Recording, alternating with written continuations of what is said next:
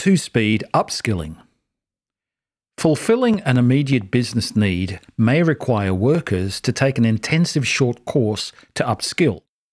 In the long run, however, a more measured approach typically results in retaining information for longer. By Jessica Muddett. This article has been edited for audio purposes. Article begins. Continuing professional development and learning are vital for professionals who want to future-proof their careers. Sometimes, however, the competing needs to advance a professional skill set and balance professional and personal lives may prompt people to prioritise speed over quality. It is vital for professionals to recognise upskilling as a continuous endeavour, rather than a knee-jerk reaction to a knowledge gap. John Lang, CEO of corporate training provider Lumify Group, says there is no single course people can do to future-proof their careers. The idea of being future-proof means that you are continually learning, he explains. Upskilling is one of the best ways to advance an accounting career. Upskilling also signals to colleagues and superiors when someone is curious and eager to learn more. When a new opportunity arises, those who have shown a commitment to learning emerge as the best candidates.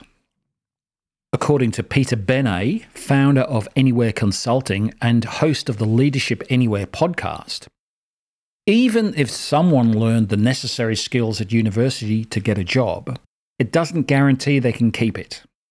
As jobs diminish because of technology, new ones will be created. Learning is the best way to adapt to change, says Benet. A crash course may meet an urgent business need or fill a minor gap in a skill, but there is a risk of retaining little of what was taught, says Lang. A crash course happens so quickly that often the person leaves without having absorbed the information. The next day, when they turn up to their office and they're asked to implement it, almost everything they learned has been forgotten, Lang says.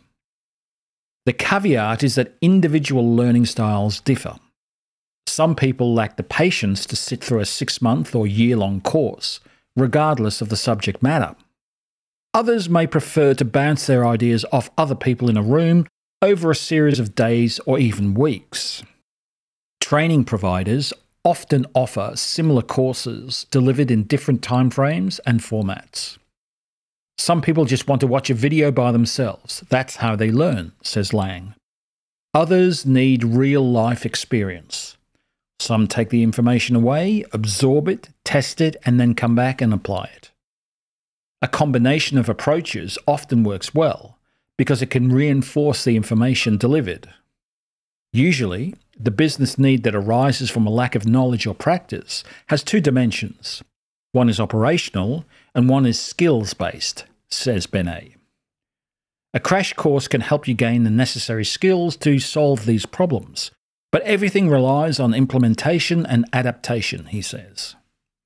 Therefore, a mentorship practice should always be paired with a crash course style approach. One learning program could involve an intensive workshop that teaches new skills in a short period. Another could be an internal mentorship program where employees are trained in how to apply their new skills.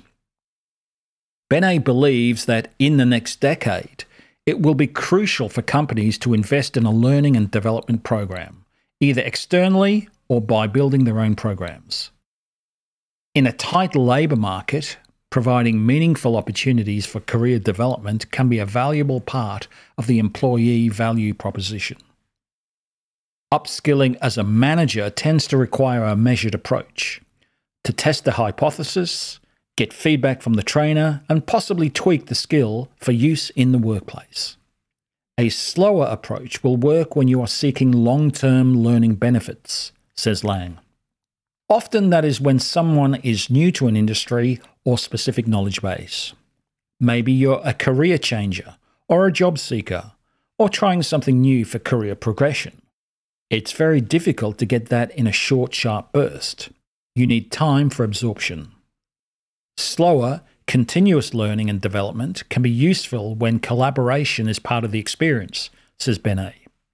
If the goal is to help teams collaborate better on a certain project, or just in general, taking it slow may better cement new practices. Better collaboration happens through continuous facilitation. It doesn't happen overnight or via a crash course, says Benet. When selecting a course, it is wise to think beyond short-term business needs. Having a discussion with colleagues, managers, and even family and friends can be useful.